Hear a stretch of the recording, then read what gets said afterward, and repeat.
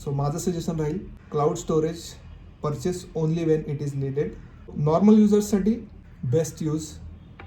हे नको असेल, तुमचं फाईल्स जास्त स्टोअर होत असतील, बेस्ट.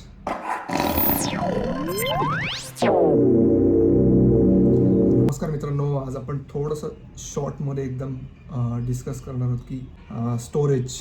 सर, ऑनलाईन जे आपण क्लाउडवरती स्टोरेज परचेस करतो किंवा त्याचे प्लॅन्स विकत घेतो, ते फिजिबल आहे का?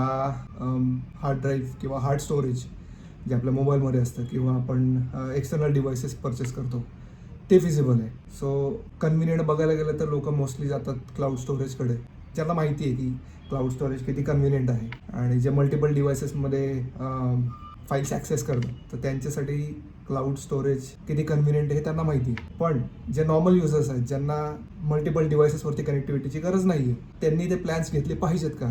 त्यांना त्याची गरज आहे का?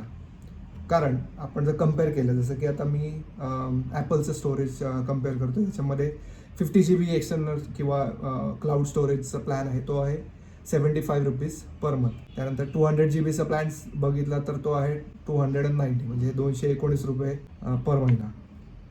तसंच 2 TB पर्यंत स्टोरेज घेतलं तर त्याचं आहे ₹750 पर महिना. आणि तसंच 6 TB किंवा 12 TBचा प्लॅन घेतला तर तो 3,000 किंवा 6,000 पर्यंत जातो. तर याच्यामध्ये जे मोस्टली कॉन्टेंट क्रिएटर असतील किंवा ज्यांचा रोजचा मीडिया युसेज जास्त आहे, ज्यांचे फाईल जास्त स्टोअर होतात किंवा त्यांना वेळ नाही मिळत ते फाईल्स त्यांच्या लॅपटॉपवरती किंवा PC वरती किंवा हार्ड ड्राईव्हवरती त्यांना ट्रान्सफर करायला तेवढा वेळ नाही मिळत, तर त्यांच्यासाठी असे प्लॅन्स युजेबल असू शकतात. पण जे डेली नॉर्मल युजेस आहेत, ज्यांचा एवढा मीडिया फाईलशी संबंध येत नाही, तर त्यांच्यासाठी ह्या गोष्टी फिजिबल आहेत का? तर आपण जर बघितलं की जर ह्या प्लॅन्स कम्पॅरेटिव्ह, आता आपण साधं समजूया की आपल्या मोबाईलमध्ये सुद्धा स्टोरेज किती असतं, 512 GB पासून आता प्लॅन्स किंवा स्टोरेज आता बेस मॉडेलमध्ये सुद्धा येतं. त्याच्यावरती तुम्हाला जेव्हा वाटतं की बाबा माझा फोनचं स्टोरेज फुल झालं आहे, आता मला एक्स्ट्रा मेमरीची गरज पडते किंवा माझे फाईल्स आता व्हिडिओ रेकॉर्ड मला करता येत नाही, मोबाईलमध्ये फोटोज काढता येत नाही, अशा वेळेला टेम्पररी बेसिसवरती तुम्ही एखादा छोटासा क्लाउड स्टोरेजचा प्लॅन घेऊ शकता, जसा आहे 50 GBचा, जो की ₹75 पर महिना पडतो, जो की टेम्पररी बेसिस आहे.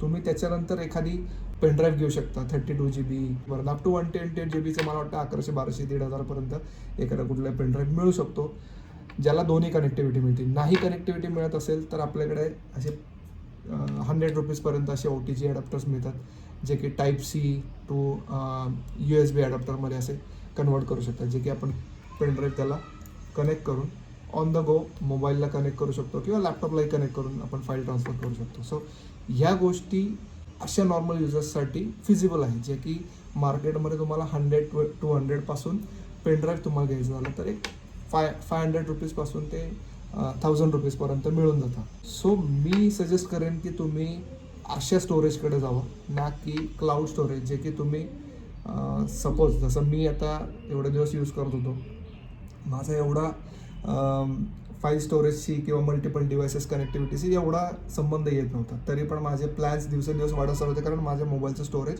फुल होत चालू होतं. जसं माझं फुल होतं तसं मी माझा प्लॅन अपग्रेड करत चाललो होतो. ₹75 पासून ₹200वरून आता मी गेलो होतो 2 TB स्टोरेजला ₹750. पण होतं काय, आपण ते स्टोरेज कुठे ट्रान्सफर करत नाही, ते दिवसेंदिवस फाईल त्याच्यामध्ये वाढत जाते आणि याच्यामुळे ते स्टोरेज कमी व्हायच्या ऐवजी तुम्ही दिवसेंदिवस तो प्लॅन अपग्रेड करत जाता आणि तुम्हाला एंड ऑफ द डे तुम्हाला हे समजत नाही किंवा at the end of the year तुम्ही किती स्पेंड केलं आहे त्याच्यावरती, किती पैसा तुमचा गेला आहे त्याच्यामध्ये, हे तुम्हाला समजत नाही.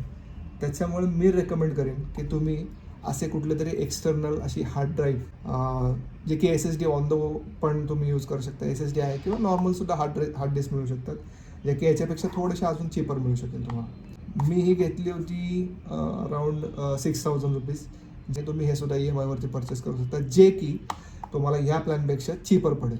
मी ही 1 TBची हार्ड ड्राईव्ह घेतली ती, जर ही मी 6 मंथसाठी कार्ड स्वाईप करून जर EMIवरती घेतली तर अराउंड 700 किंवा 600 पर्यंत त्याची पर मंथ कॉस्ट पडते, जे की 6 ते 7 महिन्यामध्ये ह्याचा कॉस्ट वसूल होऊन जाते. जे की तुम्ही हे जर ऑनलाईन प्लॅन्स घेतले, मी याचा स्क्रीनशॉट टाकेन, जर तुम्ही हा प्लॅन घेतला तर तो तुम्ही वर्षानुवर्ष तो प्लॅन कंटिन्यू ठेवणार.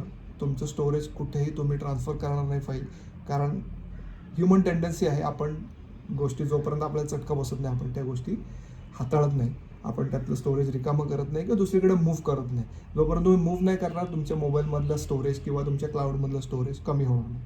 ह्या गोष्टी जर तुम्ही अल्टिमेटली विचार नाही केला तर तुमचा अल्टिमेट जास्त एक्सपेन्स वाढतोय, तुम्हाला कळणारही नाही की तुमचे पैसे कुठं खर्च होत आहेत आणि किती खर्च होत आहेत. सो ह्याच्यामध्ये पण असे मोस्टली गोष्टी असे असतात की क्लाउडमध्ये एक गोष्ट अशी आहे की तुम्ही जर ऑटो पे नाही ठेवला किंवा तुम्ही दर महिन्याला तुम्ही त्याचा प्रीमियम पे नाही केला तर तुमचं स्टोरेज लॉस होऊ शकतं, तुमचा डेटा लॉस होऊ शकतो. तुम्हाला मस्त वॉर्निंग येतील की तुमचं प्लॅन रिन्यू नाही झालेलं आहे, तुमचा डेटा लॉस होईल, तुमचा असं तसं हे ते. त्या गोष्टीला घाबरण्यासाठी काही लोक ऑटो पे ऑन करून ठेवतात, जेणेकरून त्यांना समजतही नाही की त्यांच्या अकाउंटमधनं दर महिना 2,000-3,000 रुपये कंटिन्युअसली त्या क्लाउड स्टोरेजच्या प्लॅनसाठी जात आहेत. सो नॉर्मल युजर्ससाठी बेस्ट यूज हे नको असेल, तुमचं फाईल्स जास्त स्टोअर होत असतील, बेस्ट. आणि याच्यापेक्षा पण चीपर हार्ड डिस्क मिळतात.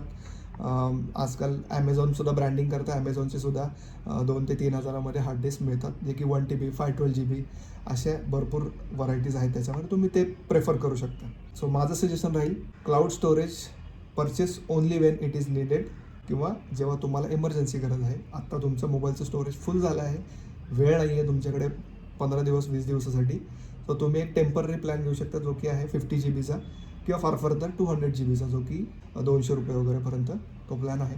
एखाद्या महिन्यासाठी 2 महिन्यासाठी तुम्ही तो प्लॅन घेऊ शकता.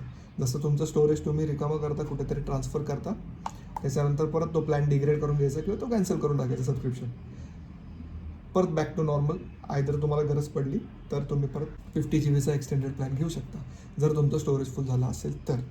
सो लक्षात ठेवा तुमच्याकडे मोबाईलमध्ये सुद्धा 512 GB स्टोरेज असतं. ऑप्टिमाइज करा, ज्या फाईल्स गरजेच्या नाही आहेत त्या डिलीट करा, आणि त्या डिलीट केल्यानंतरसुद्धा त्या तुमच्या बिनमध्ये किंवा तुमच्या फोनमध्ये डिलीटेड फोल्डरमध्ये स्टोअर असतात, तिथे जाऊन ते सुद्धा क्लीन करणं गरजेचं आहे. अदरवाईज ते तुमच्या फोनच्या स्टोरेजमध्ये स्टोअर राहतात फाईल.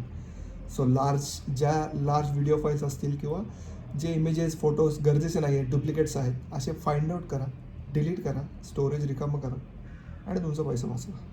सो हे माझं सजेशन आहे.